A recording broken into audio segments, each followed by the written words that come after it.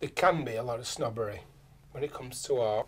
I always rub my hands and worry that I'm not being perceived as a proper artist because I'm painting cartoons. So it was important for me to bang and drum that says that cartoons or cartoon styles are a form of art that's worthy of being hung up on a wall. But it's not for the normal people, average person that loves my work. It's the high-end kind of guys that I'm worried about trying to show that I'm an artist. Because I know I am. I just got to convince them that it's art.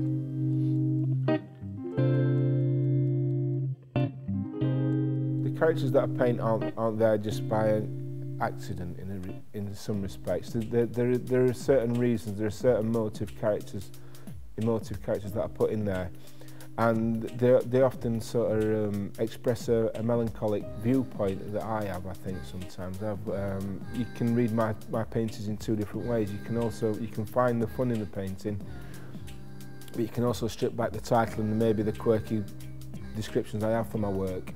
And really you've got a character that's on their own, and though I'm not kind of the person that gets depressed, I do tune into that kind of loneliness side of things, and I'm intrigued by people that would spend an afternoon basically in a park or in a cafe on their own.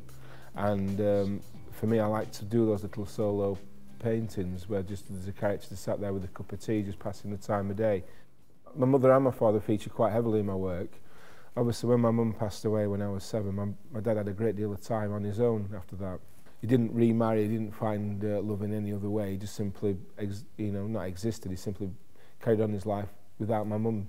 So I only have a small collection of memories of being with my mother. So when I can reproduce a painting and it's got a young child and a woman in there, then you can pretty much guarantee that's kind of something that I've created as me and my mum in mind.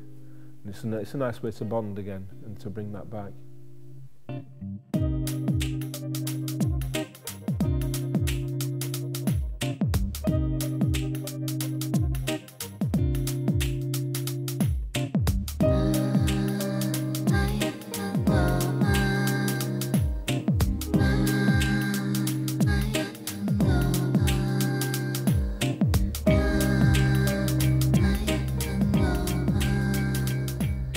The initial point, the actual realisation that I wanted to make a living as an artist, or originally it was to be a cartoonist, was when I was 7, when my dad used to come in on his night shift from the steelworks. He'd toss his Daily Mirror newspaper, and I always used to turn to the comic strips first, obviously. And the one that really stuck in my mind, and the one that sort of said, yeah, this is what I want to do, was Handicap. The sort of thing that Reg Smythe did, the same kind of working class characters that he portrayed, I kind of have adopted in a way.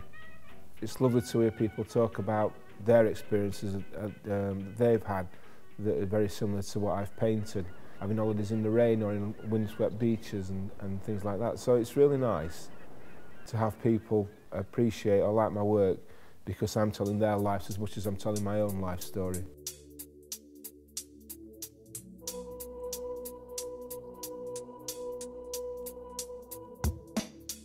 I have to make my work for me in a way and earn a living from it, so I can't be too embarrassed or shy to say that I'd be really delighted if my work turned into prints and millions of people owned them and things like that, or there were greeting cards or mugs and t-shirts of my work.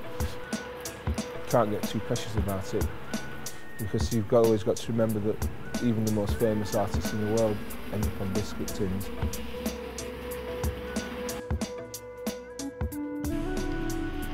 I used to have someone who kind of managed me and a part of company with him, but it's not been quite acrimonious, to say the least. And I've had to use solicitors and all sorts. But the chap doesn't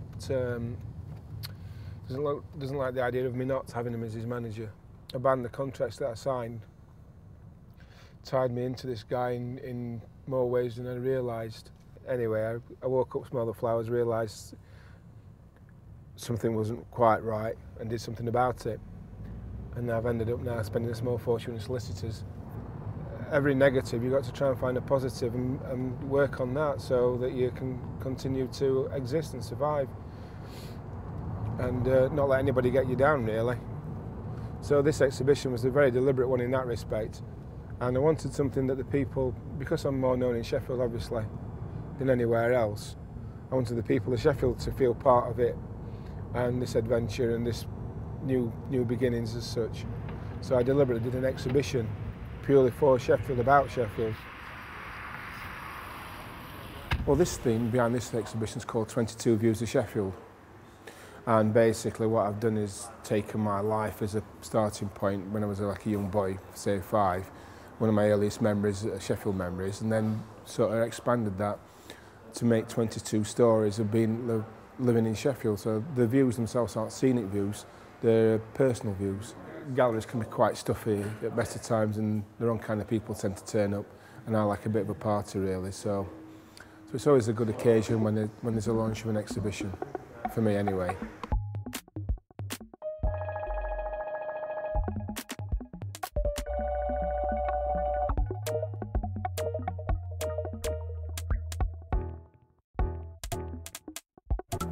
Has that one been lowered or anything? I think so. What about you, Jane? I wouldn't be painting, I wouldn't be making a living out of being a cartoonist prior to making a living out of being a painter without Jane. If it wasn't for Jane, it would happen. She would never say to me, get a full-time job, you know. She was incredibly supportive in that way. I did work, I mean, I've worked as a postman, I've worked in record shops, and I've worked in Tesco's, you know, supermarkets. But I knew that I needed time as well to be next to Jane, so you know, to help her out when the times were really bad for her. She suffers from clinical depression, bipolar. The days that she wasn't ill, you know, she's like an incredible shining jewel. You know, her eyes just light up and the smile, and she's just so strong. Taking certain medications can sort of like dampen that kind of spirit in a way, and the creative side of Jane. So, unfortunately, she's had to forfeit one side of her personality to make sure that she's well enough in it on a general level. Fortunately, the paintings have taken off to a level where I don't need to work part-time anymore, and it's a full-time occupation.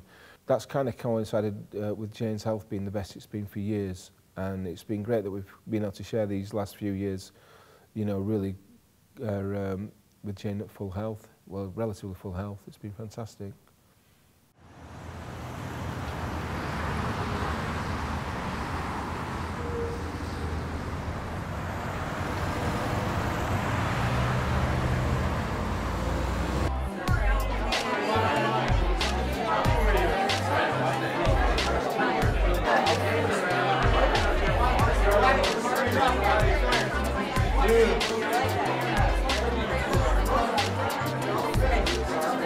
I came down at 5 o'clock and it started at 6 and the place was empty. So I was really worried no one was going to turn up, and I'm not invited enough people down. And it turns out people were queuing up outside to get in. So I needn't worry. The problem was there were too many people in there and no one actually got to see any work. They just had to stand there and drink, which is great. We had a party. This is all about Sheffield, the city we all love, and I hope you've enjoyed the paintings that I've done tonight, and enjoyed the lovely food that's been prepared by Red All Over, which is courtesy of Mr. Smith. Thank you to my lovely family for helping me out in all of this as well. Chris and Jane, wonderful. I'm delighted you've all turned up. I'm so touched, and enjoy yourselves and drink and eat more. Okay, thank you. You have to be very careful that you get the right people involved. And I've had my fingers burnt badly, but it's something that I'll continue to thrive on and learn from. Life has a habit of kicking people in the nuts on a regular basis, and so people are going to make mistakes anyway. It's how you deal with that mistake afterwards is the important thing. It's how you grow from that, or you die from it.